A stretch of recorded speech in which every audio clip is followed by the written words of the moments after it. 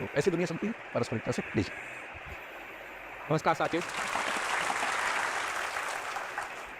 ये जहाँ भी अभी तक सर को मैंने सामने से देखा है और आज सर के साथ खड़े होकर बोलने का एक्सपीरियंस काफ़ी अलग है, लेकिन हाँ, ये है कि ये एक जर्नी के बाद मिला है। यहाँ की और वहाँ की दूरी वैसे भले ही कम है, लेकिन पूरा अपने को पार करके आना होता है। और मेरा नाम है अशोक सोनी। इस बार सिविल सर्विस में मेरी 793 रैंक आई है और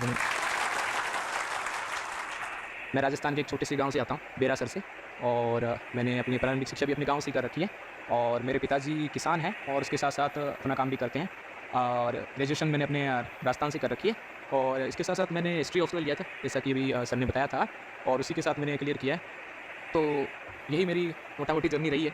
अब इसके साथ साथ मैं आपको ये भी ऐड करना चाहूँगा कि कई बार जो संघर्ष की राह है वो बड़ी अवश्य होती है, कई बार लंबी भी हो जाती है। कई बार कुछ बहुत ही ऐसे भाग्यशाली भी हमारे साथी होते हैं जो पहले या दूसरे अटेम्प्ट में पार कर लेते हैं, लेकिन उसके साथ हमें मुझे लगता है ना कि नहीं, कई बार अप्स एंड डाउन चलते रहते हैं। आप सबको भी ऐसा लगता होगा कि यार नहीं होगा, लेकिन 2 दिन बाद जब पढ़ते हैं तो ऐसा लगता नहीं हो जाएगा। तो मुझे लगता है कि उस चीज़ को हमें टेक ओवर करने की आवश्यकता है।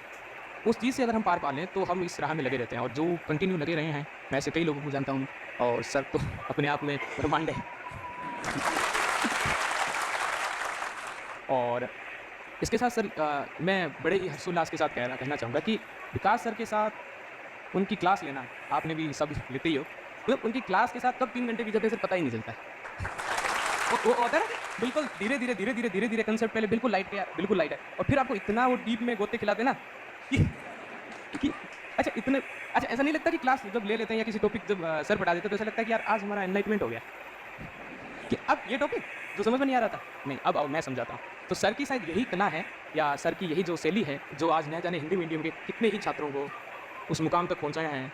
सर का साथ हम सबको सर बहुत ज़्यादा सर प्राउड फील हो रहा है कि आप हिंदी मीडियम का रिजल्ट, जिसका हमें पता है कि पहले कई समय से साथ मिला, अब तो ऐसा हो गया कि हिंदी मीडियम मतलब दस्ती। क्यों सही कह रहा हूं?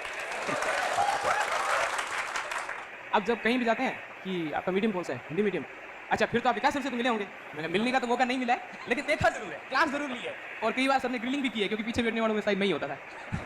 और जैसे कि कई बार रील्स चलती है ना कि एक दिन मैं भी विकास सर से जरूर मिलूंगा, तो मुझे लग रहा है कि आज मेरे लिए वही दिन है सर। और आप सबको मैं एक बार फिर से कहना चाहूँगा कि लगे रहना है, और ये तो शुरुआत है और चलते रहना है। वो कहते हैं ना कि उठो जागो संघर्ष करो और चलते रहो, जब तक आपको सफलता न मिले आप चलते रहो।